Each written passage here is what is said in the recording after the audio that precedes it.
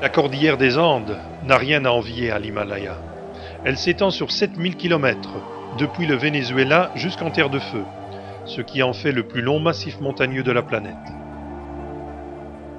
Sa largeur au niveau du Chili est de 500 km, et c'est sur cette chaîne que se trouve également le plus grand glacier du monde, le Hielo Patagónico, qui s'étend sur quelques 20 000 km². Alors que l'Everest a été gravi pour la première fois en 1953, le Hielo Patagónico Sud n'a été traversé intégralement qu'en 1998 par 4 alpinistes chiliens au terme d'un périple cauchemardesque de 98 jours. Les montagnes de cette cordillère située en Patagonie sont parmi les plus belles du monde. Le Cerro Torre, le Fitzroy, les Torres del Paine. Mais elles sont aussi les plus difficiles à gravir malgré leur altitude relativement modeste de 3 à 4 000 mètres. Ces paysages offrent aussi des possibilités infinies de randonnées merveilleuses, par exemple dans le massif du Fitzroy. C'est à partir du petit village d'El Chalten, point de départ des ascensions dans ce massif, que l'on peut rejoindre le Laguna Torre, soit un parcours de 20 km avec 400 mètres de dénivelé. De aquí hasta llegar a la laguna aproximadamente entre 2 horas y media a 3.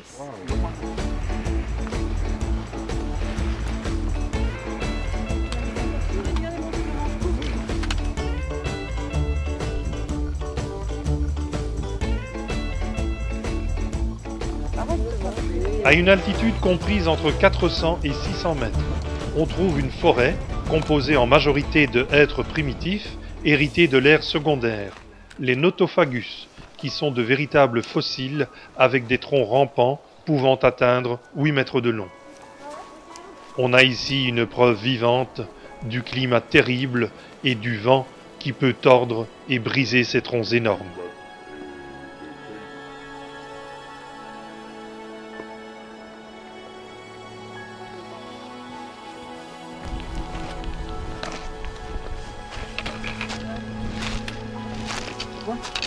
La Laguna Torre est un lac glaciaire au pied du fameux Cerro Torre. Ce petit pic de 3102 mètres fut seulement conquis en 1959. Il est d'ailleurs considéré comme la montagne la plus difficile à escalader au monde.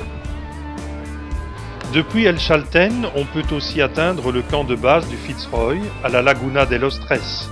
C'est une randonnée de 25 km pour un dénivelé de 1100 mètres. Celle-ci débute par une marche d'approche de 2 heures dans la forêt.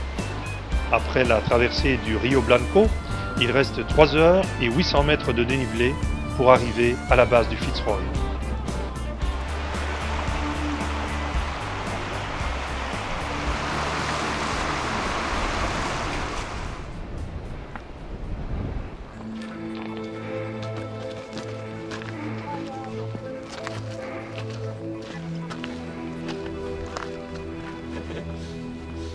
Fitzroy.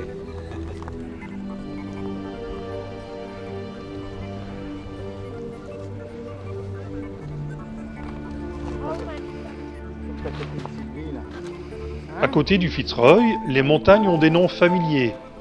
Aiguille de Saint-Exupéry, Aiguille Mermoz, Aiguille Guillaumet, qui rappellent l'épopée de l'aéropostale. Et ici sur place, on comprend mieux la témérité de ces fous volants.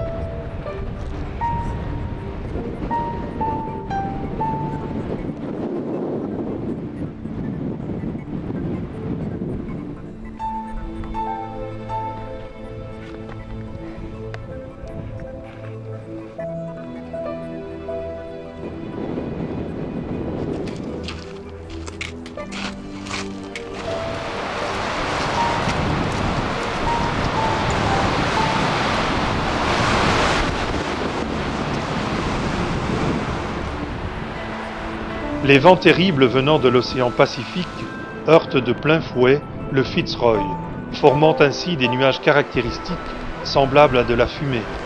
Ce phénomène est à l'origine du nom indien de cette montagne, Chalten, la montagne qui fume. En quittant El Chalten par la route 40 à 600 km vers le sud, on découvre le massif du Paine. Les montagnes du parc national du Paine sont considérées par beaucoup comme les plus belles du monde.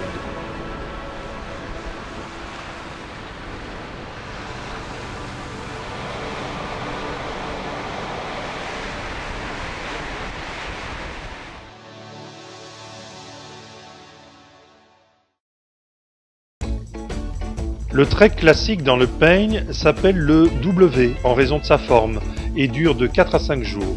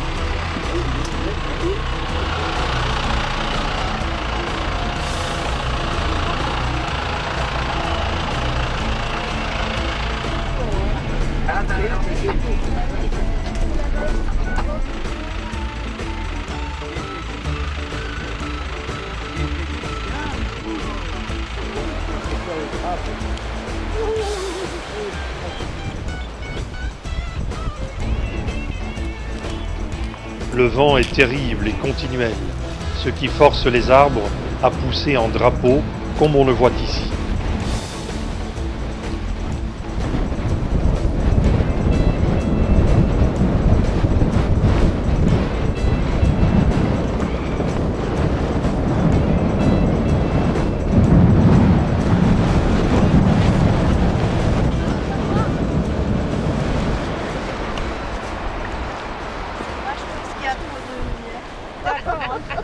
On va continuer par là, tout droit, et après on va arriver jusqu'à le début de la moraine dernière.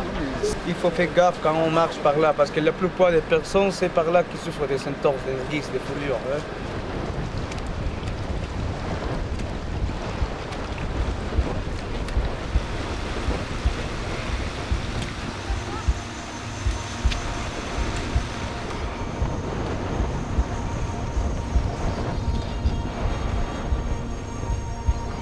Au bout du chemin, les tours du peigne apparaissent. En 2008, une expédition belge a réussi l'ascension de la tour principale, en restant 18 jours accrochés à la paroi et luttant contre des vents qui projetaient les pierres comme des obus.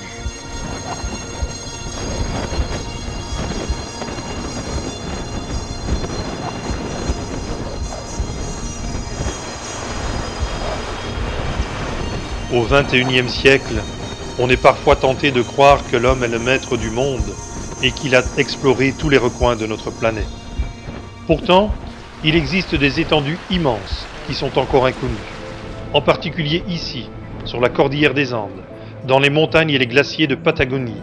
Il reste des régions où personne n'a jamais mis les pieds, et où les frontières entre le Chili et l'Argentine ne sont même pas encore définies précisément.